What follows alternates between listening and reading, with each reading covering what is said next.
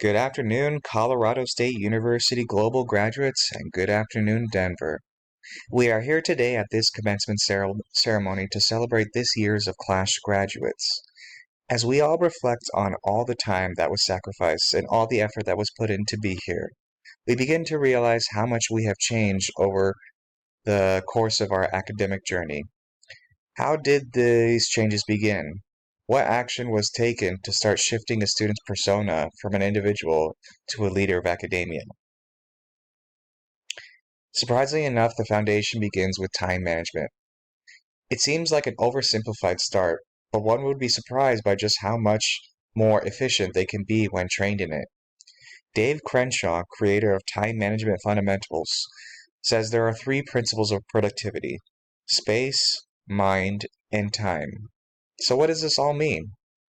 Well, it meant that I needed to start making some changes. Applying these principles allowed me to be better at how I manage myself and how I manage others.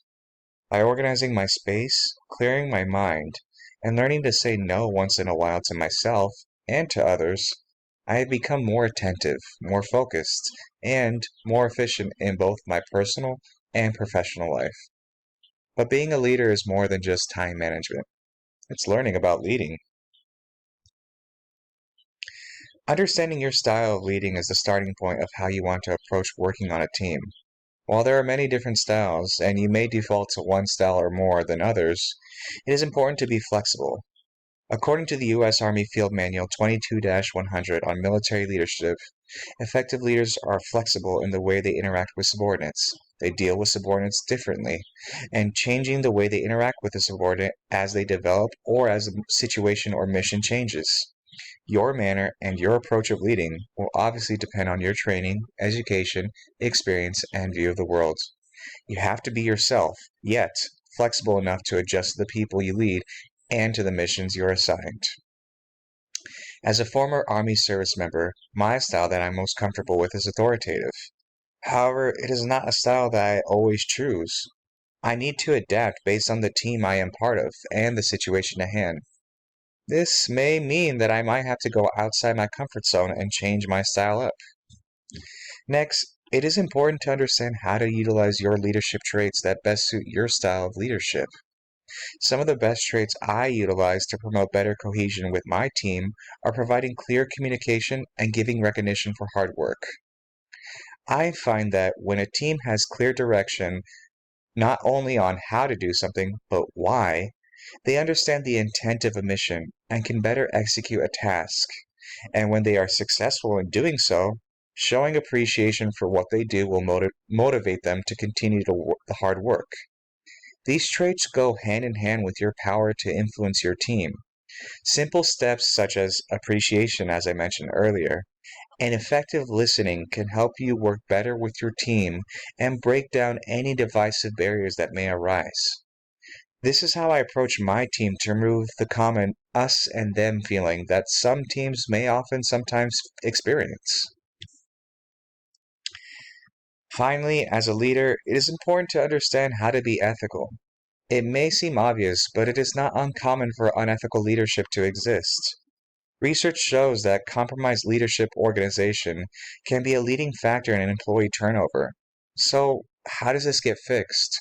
How can we understand some of the nuances between right and wrong in every possible situation to be more ethical? It is as simple as developing your emotional intelligence and your empathy. According to Harvard Business School, emotional intelligence is made up of self-awareness, self-management, social awareness, and relationship management. But how does this tie into bettering my own understanding of being ethical? Well, first, if I can better navigate my own emotions and the emotions of others, I can make better decisions.